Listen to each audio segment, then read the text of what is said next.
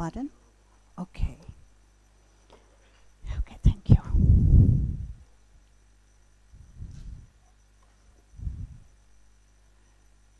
Thanks, Revathy, for introducing me. President Tim Boyd, brothers and sisters of Theosophical family, I extend my warm and choicest greetings to all of you and to all those who are watching the live telecast. It is my great pleasure and privilege to participate in this 11th World Congress and to meet all of you here in Singapore. I would like to take this opportunity to thank Chong Sani and his team for organizing this great event and also for making us feel very comfortable in the room with excellent food for the body as well as for the soul.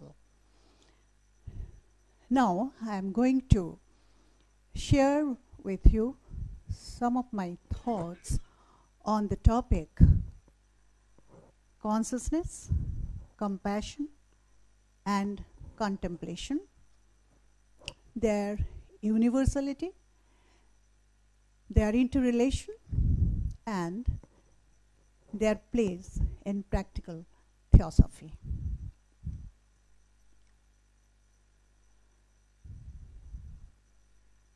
In the most comprehensive sense, consciousness is one, the plurality of which is inconceivable. It is unmanifested, eternal, infinite, and unqualified. In the words of Annie Besant, consciousness is the one reality. It follows from this that any reality found anywhere is drawn from consciousness. Hence, everything which is thought is. That consciousness in which everything is, everything literally possible as well as actual, we call absolute consciousness. It is the all, the eternal, the infinite, the changeless. Besant uses the word consciousness as synonymous with life. The one absolute consciousness creates the universe out of its own will, and when the consciousness becomes the manifested universe, it becomes subject to time and change. This manifested consciousness is the universal consciousness, known as God or Saguna Brahma, the eternal with attributes, or Ishvara. At the creative phase, the primordial consciousness polarizes itself into subjective as cosmic intelligence, Purusha, and objective as cosmic energy, Prakriti, and unfolds itself as the universe with myriads of entities, living and non-living, animate and inanimate, mobile and immobile. This universal consciousness is only a portion of the unbounded absolute consciousness. In the Gita, it is said, having pervaded this whole universe with a portion of myself, I remain. Dr. Annie Besant, while expanding the meaning of this, says that marvelous individuality is not lost, and only a portion thereof suffices for the life of a cosmos, the logos, and the oversoul remains the God of his universe. In the Hindu metaphysics, as evident in the three canonical texts of Prasthanatrayi Upanishad, Bhagavad Gita and Brahma Sutra, cosmocentric unity is strongly held as the basic truth. Sarvam khalu idam dharma, idam brahma, meaning everything in this universe is Brahman, that is consciousness, says Chandogya Upanishad. The Gita says, of all that is material and all that is spiritual in this world, know for certain that I am both its origin and dissolution. The universal consciousness, which appears as reason and self-consciousness in man, lies dormant in form of potentiality in matter. H.P. Blavatsky observes, occultism doesn't accept anything inorganic in the cosmos. All is life, and every atom of even mineral dust is alive, though beyond our comprehension and perception. In a different passage, he mentions from the distinguishing mark between what is called the organic or the inorganic is the function of nutrition. But if there were no nutrition, how could those bodies which are called inorganic undergo change? Even crystals undergo process of accretion, which for them answers the function of nutrition. In reality, as occult philosophy teaches us, everything which changes is organic. It has the life principle in it, and it has all the potentiality of higher lives. This one absolute principle is the eternal source of all life, matter, and consciousness in the universe. This implies an absolute unity that underlies the manifested world and expresses itself in each and every life form. Science now recognizes the unity and relatedness of all life forms.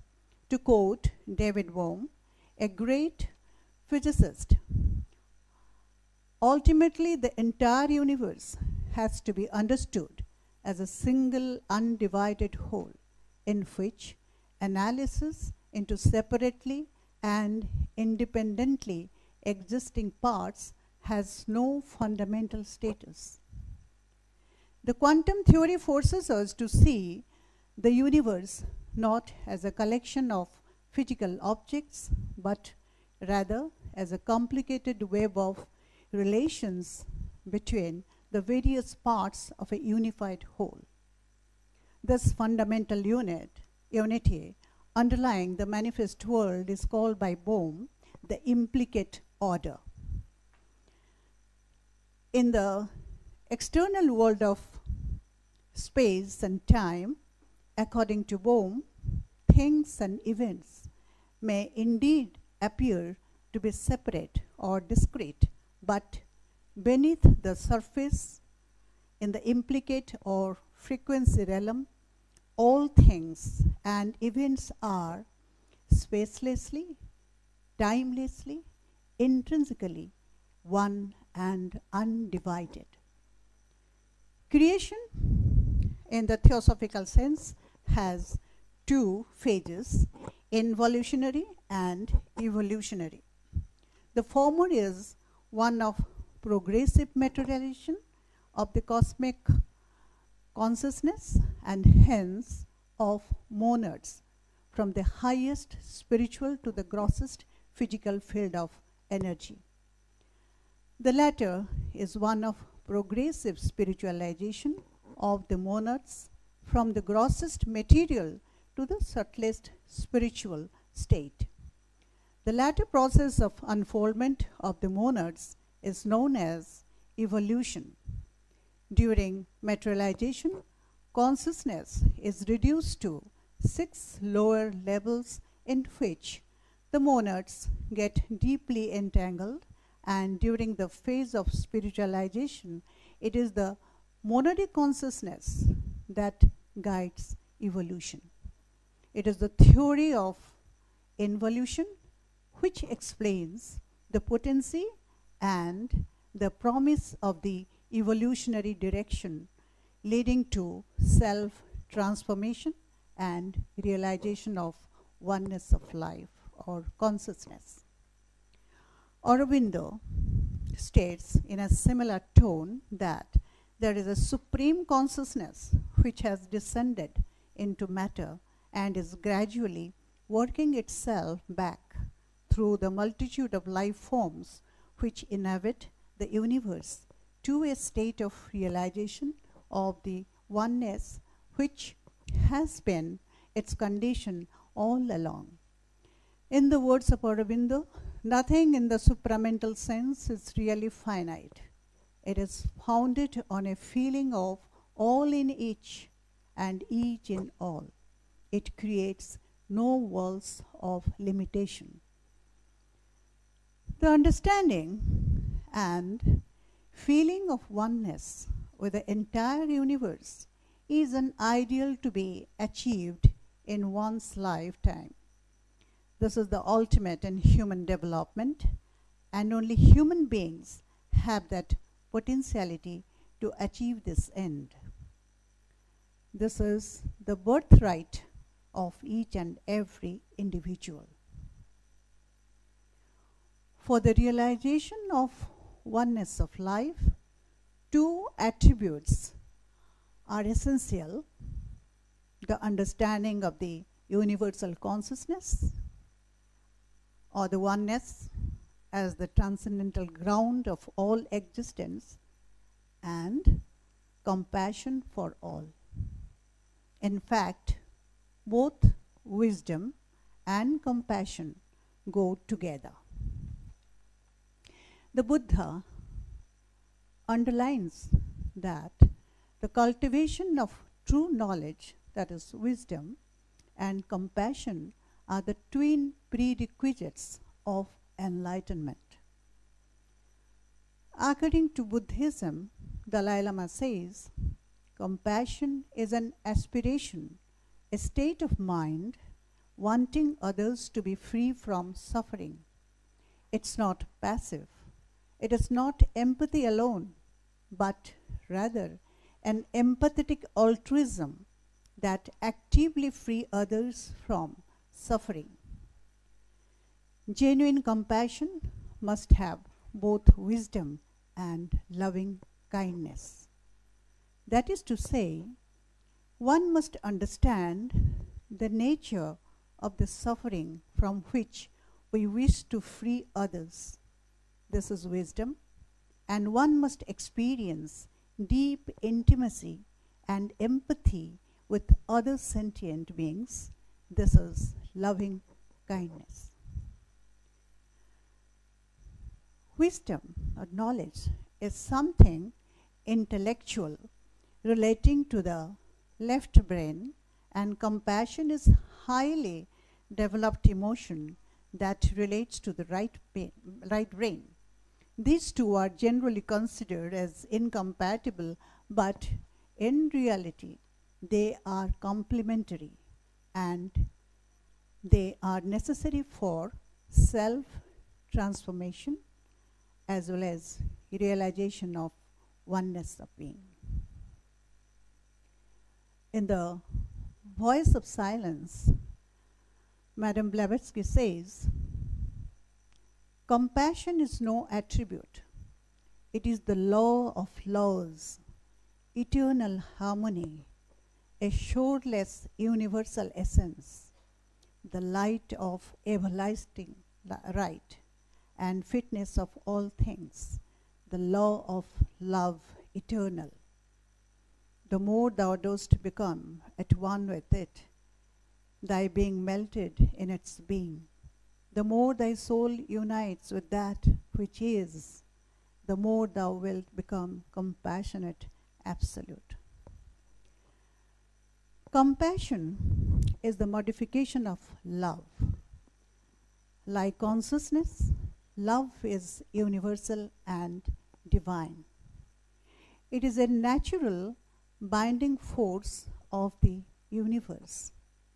This is the reason why the ancient seers had conceived of the reality as Sachidananda, Sat meaning existence, Chit meaning consciousness, and Ananda meaning bliss, which is nothing but pure unifying love. It is not conceptual, it is very much experiential. Compassion is defined by Merriam Dictionary as sympathetic consciousness of others' distress together with a desire to elevate it. It is not a single quality. It includes in itself many other virtues like kindness, tolerance, empathy, nonviolence, giving, selflessness, and peace. Peace begins with a loving smile, as says Mother Teresa. It can spread from the individual to the family, to the neighborhood, to the country, and the world at large. Peace will prevail everywhere for just a smile. Love, peace, and compassion are words that signify unity.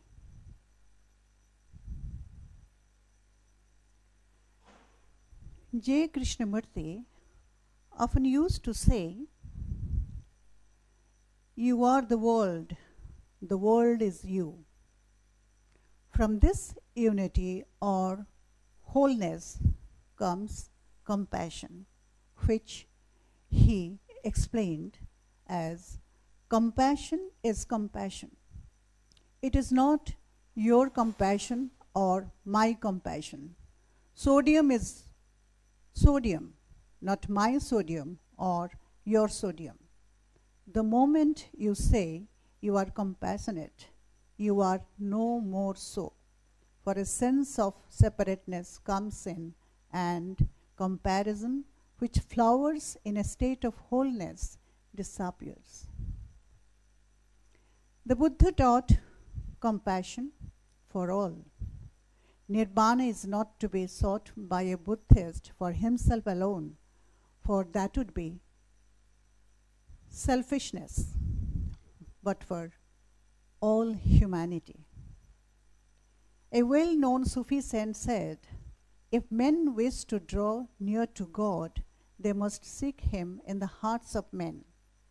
To bring joy to a single heart is better than to build many shrines for worship, and to enslave one soul with kindness is worth more than setting free 1,000 slaves." The teachings of all major religions agree to the fact that compassionate service to all life forms is essential for the realization of one absolute principle. The masters, saints, and mystics who live in the planet are extremely compassionate, as they see the self as abiding in all beings and all beings abiding in the self.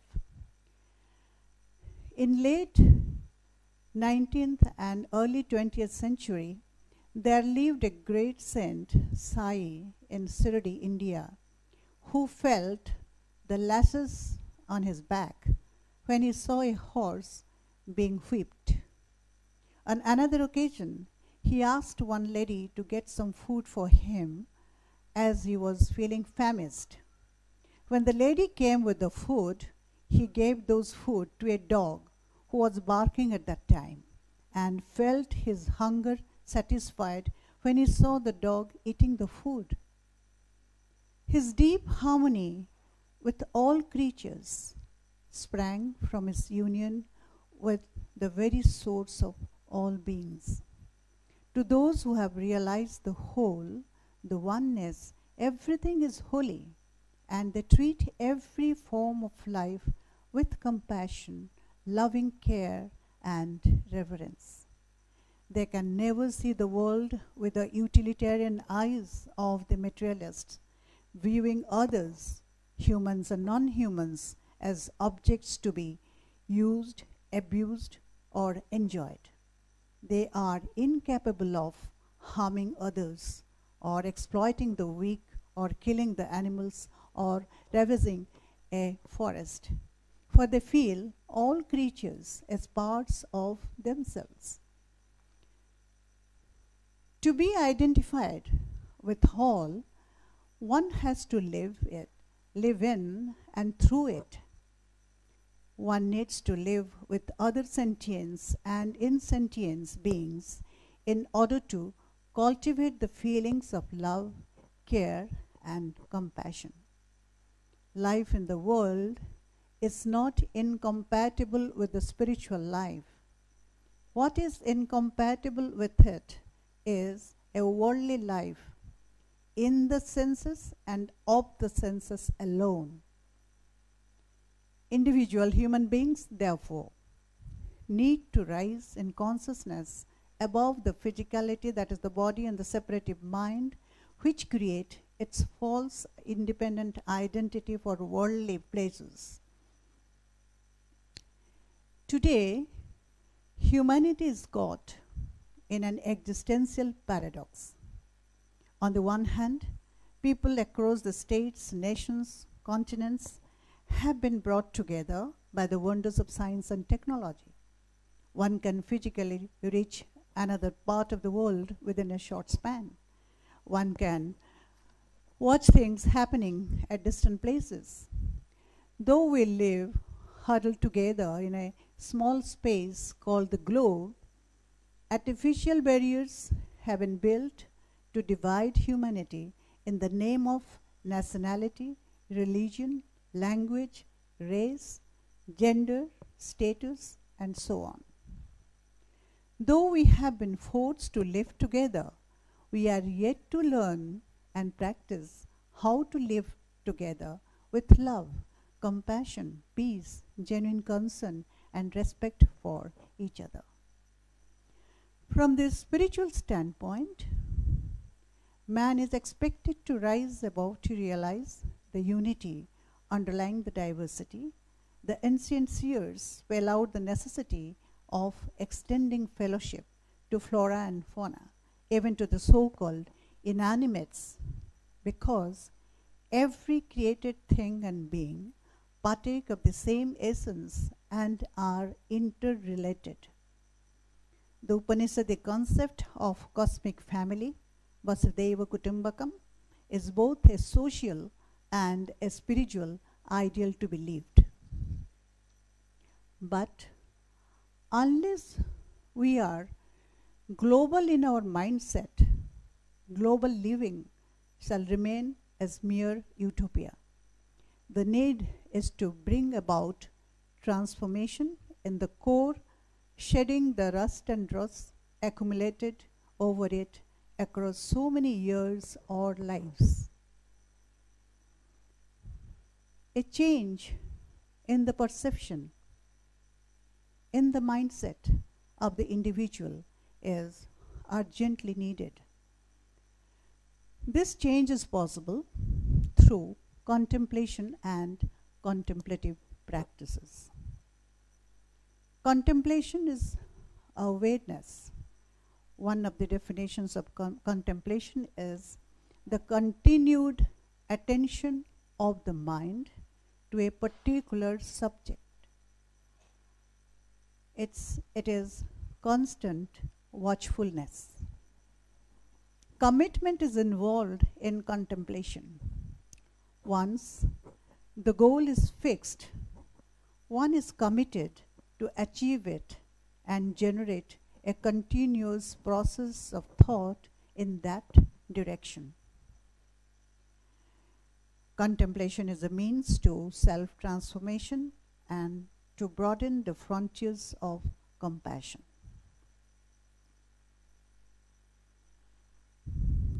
the mind is the great slayer of the real, says H.P. Blavatsky. Our understanding and perception of the world or reality around becomes possible through the instrumentality of mind. All knowledge involves mode of perception and mode of interpretation.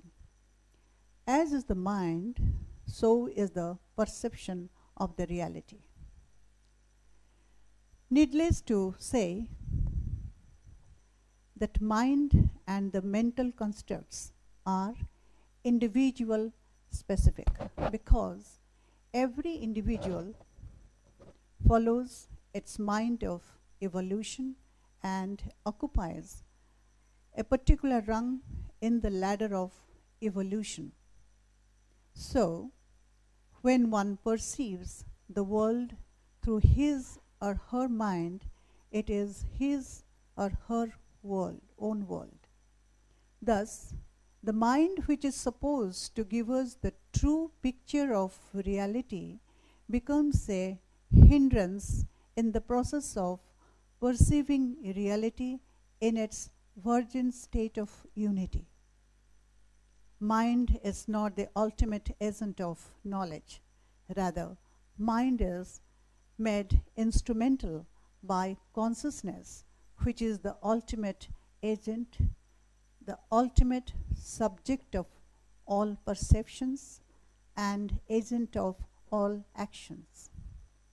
But on account of the blind beliefs, superstitions, mindsets, the negative emotions such as jealousy, selfishness, hatred, etc., the mind gives a fragmented, distorted picture of reality, of beings and things all around.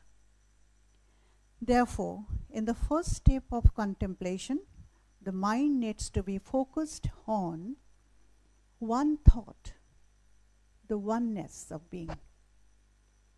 With continuous practice, this one thought remains and other contents of mind fade away, get annihilated.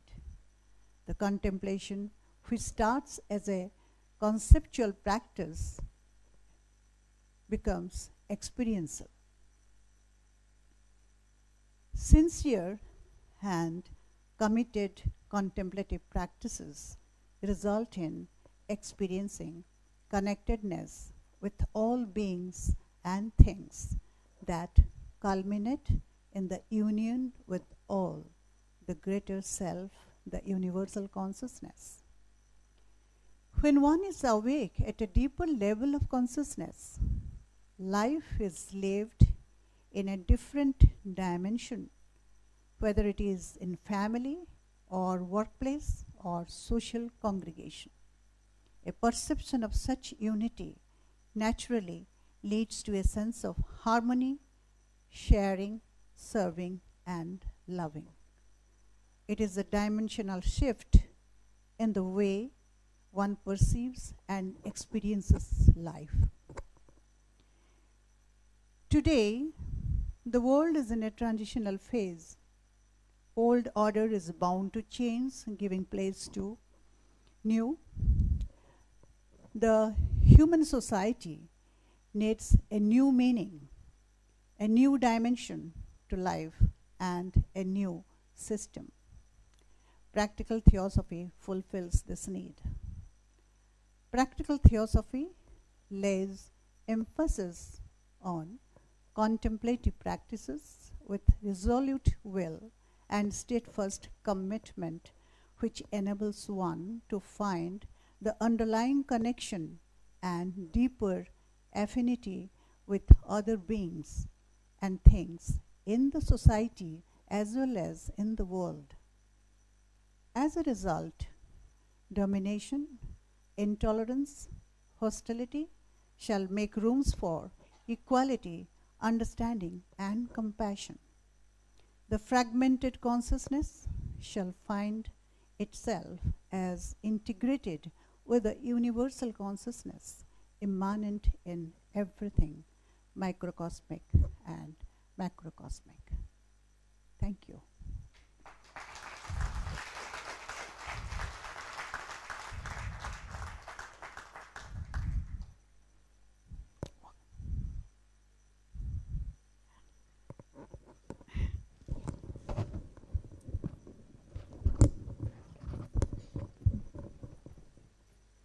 brothers and sisters, on behalf of all of you present here, I thank our International Vice President for her excellent presentation. The thought has come out not from a theosophist, but also from a professor of philosophy. She has made us have a deep understanding of the three words: consciousness, compassion, and contemplation. And the value of integration of all these three is very much necessary for higher experience. Thank you.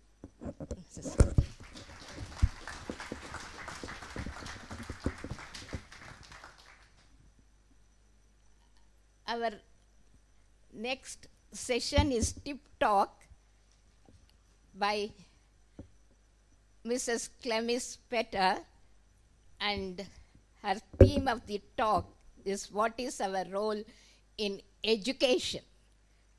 And I am proud to tell